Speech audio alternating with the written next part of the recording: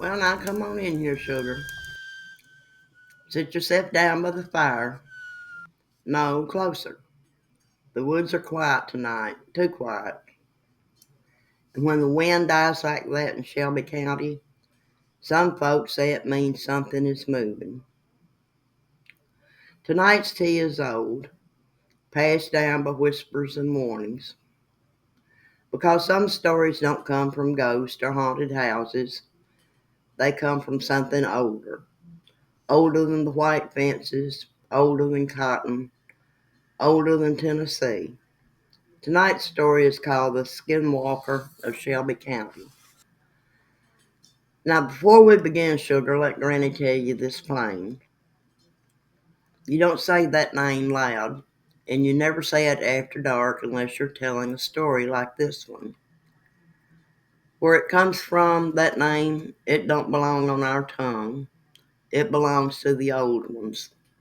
The people who walked these woods long before our boots ever scuffed the soil. The native people have a word for it. Ye Nandalushi. It means with it he goes on all fours. Around these parts, folks just call it Skinwalker. Now Shelby County's all grown up now. Suburbs, highways, supermarkets and such. But back in the day, it was all tree line, bottomland, and hush. And down near the Wolf River, where the water moves slow and black, they say there's still a place the animals won't go. Birds don't fly over it. Deer circle wide around it. Even dogs, bless their barking hearts, tuck tail and whimper when they get near it. It's called Red Clay Hollow, but some old-timers still call it by its native name, one that roughly translates to the place where shapes walk. The story that stuck with me comes from a man named Haley Hayes, lived out near Mason Road in the 1950s. Caleb was a tracker, part-time hunter, full-time drinker, and the kind of man who knew when the woods were wrong. One fall, livestock started disappearing. Goats, chickens, even a full-grown hog. No blood, no bones, just gone. At first they thought it was panthers or thieves, until the dogs stopped barking and the footprints stopped matching. Caleb followed the last trail out past the ridge, near where the wild muscadines grow.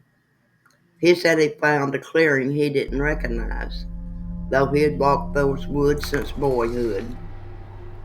In the middle of it stood a figure, not a bear, not a man, something in between. Tall, thin, hunched like it had forgotten how to be human, wearing what looked like a rotted deer pelt over its shoulders. Its face was wrong, not masked, not bare, just wrong. He said it turned toward him, and he felt the woods lean in. Not the wind, the woods. Every branch, every shadow, they went still, like they were waiting. Then it smiled. Caleb, he ran. He didn't shoot, didn't speak, just turned and ran all the way back to his house without his boots or his breath. He never hunted there again. He nailed shut every mirror in his home, and he left an offering of cornmeal and cedar on his porch every new moon, just in case. Now here's where it gets really strange. Years later, after Caleb passed, his grandson tried to clean out that old house. Found a journal, half burned, water stained. Inside were notes about Red Clay Hollow, sketches. One page just said, if it wears a face but casts no shadow, don't follow, don't speak, don't look back. That old house burned down that winter. Nobody knows how. They say the skinwalker don't haunt like a ghost. It don't rattle chains or whisper through vents. It waits. It learns your voice, it wears your shape, and it never forgets when it's been seen. Even now, when the moon's thin and the mist rolls in over the cotton fields, some say you can see something moving near the edge of the tree line. Too tall, too thin, wearing the skin of a thing long dead. And if you hear your name spoken in your own voice, don't answer.